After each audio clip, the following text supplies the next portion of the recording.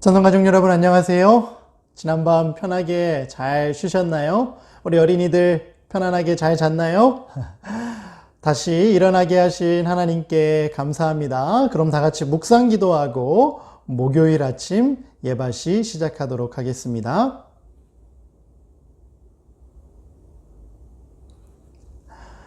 어제부터 함께 배워보고 있는 찬미가 있지요. 지난밤의 보호하사라는 찬미인데요. 오늘은 3절과 4절을 힘차게 한번 불러보도록 하겠습니다. 아침 시간 찬미하기 힘든 거 목사님도 잘 아는데요. 그래도 함께 하나님 찬양하면서 이 아침 시작하기로 한번 노력해봤으면 좋겠습니다. 3절과 4절 함께 불러보도록 하겠습니다.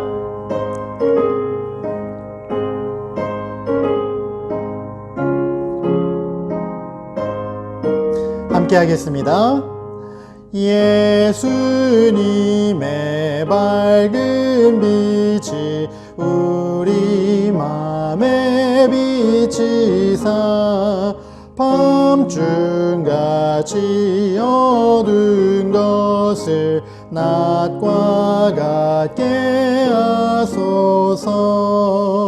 성령님께 비옵나니 오늘 우리 생활을 맡아주 관하여 주사 완전하게 하소서. 오늘 성령님께서 우리 모든 천성가족들의 삶을 인도해 주심으로 하나님 보시기에 온전한 삶을 살아가는 우리 모두가 될 수 있으면 정말 좋겠습니다. 어제부터 함께 제5과의 이야기를, 다섯 번째 이야기 함께 살펴보고 있지요. 제목은 위로의 아들. 누가 위로의 아들이라는 별칭을 얻었다고요? 네, 바나바. 네, 바나바라는 이름의 뜻이 위로의 아들이었다라고 설명해 주었죠. 오늘 이어지는 내용을 통해 또 초대교회에 어떤 일이 있었는지 함께 살펴보도록 하겠습니다. 그렇지만 초대교회를 돕는 사람들이 모두 바나바 같지는 않았어요.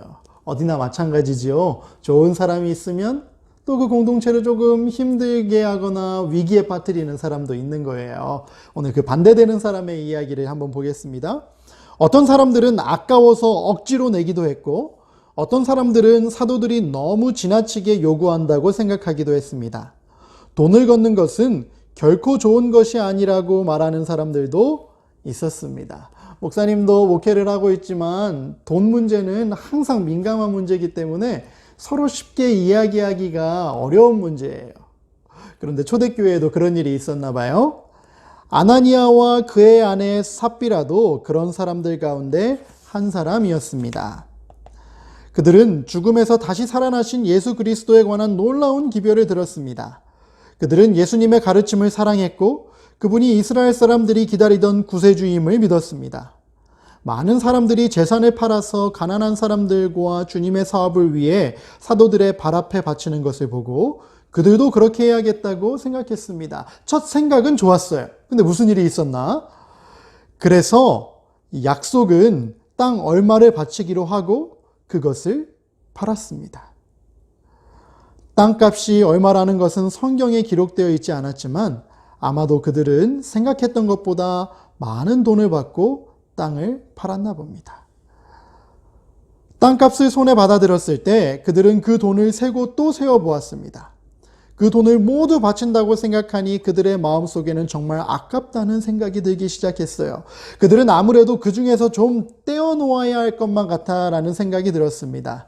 사실 아나니아도 푹신한 의자를 하나 살까 하던 중이었고 삽비라도 마음에 드는 예쁜 새 옷이 있었거든요. 그들은 한참 이야기한 끝에 얼만큼만 하나님께 바치고 나머지는 그들이 갖기로 결정을 했어요. 누가 그걸 알겠어요? 또 자기들 돈인데 마음대로 좀 하면 어떻습니까? 아나니아와 삽비라가 땅을 팔아서 하나님께 드리기로 약속을 했어요. 그런데 땅을 팔아보니 생각보다 땅값이 높아요, 낮아요? 땅값이 더 많이 나온 거예요. 그렇다 보니까 그 전부를 드리는 것이 조금 아까운 마음이 들었나 봐요. 때마침 사고 싶은 것도 있었고요. 그래서 자기들을 위해 조금 떼어놓고 나머지를 하나님께 드리기로 했다는 거예요. 아나니아는 돈을 주머니에 넣어가지고 베드로가 있는 곳으로 갔습니다. 그는 그렇게 많은 돈을 바치는 자기에게 그 사도가 크게 칭찬할 것이라고 믿었어요. 그러나 막상 그곳에 갔을 때 그는 베드로를 차마 똑바로 쳐다보지 못했습니다.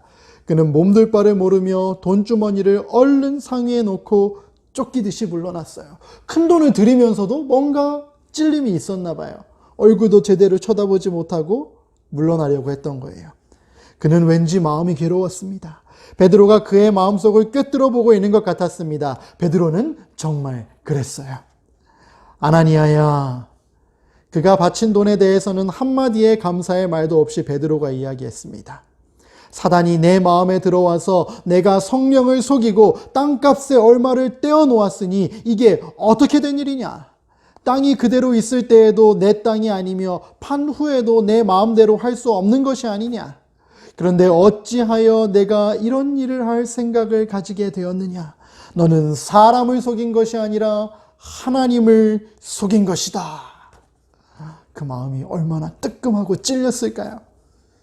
베드로는 그와 그의 아내가 집에서 몰래 꾸민 계획까지도 다 알고 있었습니다.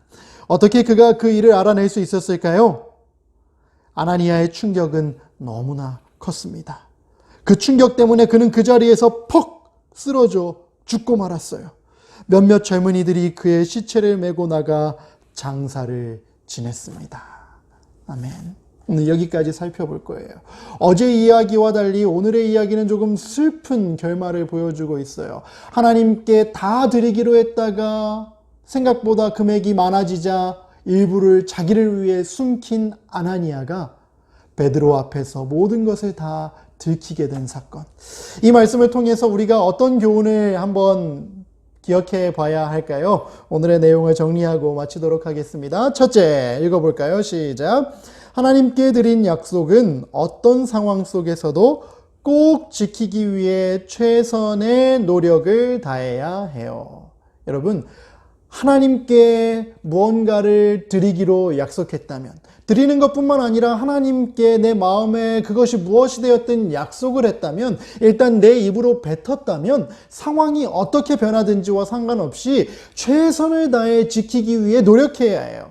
마음의 동기는 하나님께서 아시기 때문에 나머지는 하나님이 판단하시겠지만 내 뜻대로 상황을 바꿔서 하나님께 드린 약속을 이렇게 저렇게 바꾸는 것은 하나님께서 기뻐하시는 일이 아니다라는 사실을 이 아침 기억할 수 있으면 좋겠습니다. 두 번째, 함께 읽어보겠습니다. 시작.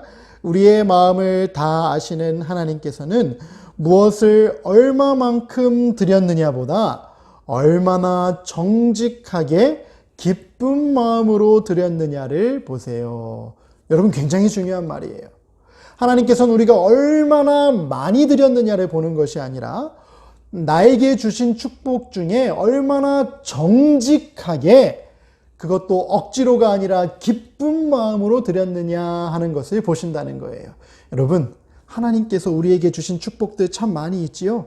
어린이들뿐만 아니라 부모님도 마찬가지입니다.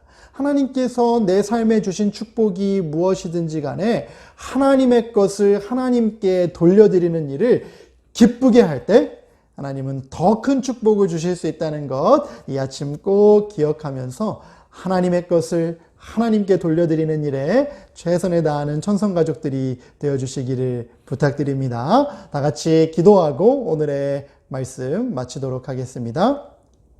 하늘에 계신 하나님 아버지, 하나님께 드리기는 했으나 자신의 형편에 따라, 자신의 마음에 따라 하나님 앞에 드린 약속을 바꿔버림으로 하나님으로부터 내려오는 심판을 받게 된 아나니아의 이야기를 배웠습니다. 하나님, 많고 적음이 중요한 것이 아니라 우리의 정직한 마음과 기뻐 드리는 마음을 보시는 하나님께 우리의 마음에 있는 것, 주신 축복들 기쁘게 돌려드릴 수 있도록 도와주시옵소서. 오늘 하루도 하나님께 무엇을 돌려드릴 수 있는지, 어떠한 삶을 통해 하나님께 영광 돌릴 수 있을지 곰곰이 생각하는 천성가족들 될 수 있게 도와주세요. 예수님의 이름으로 간절히 기도드립니다. 아멘.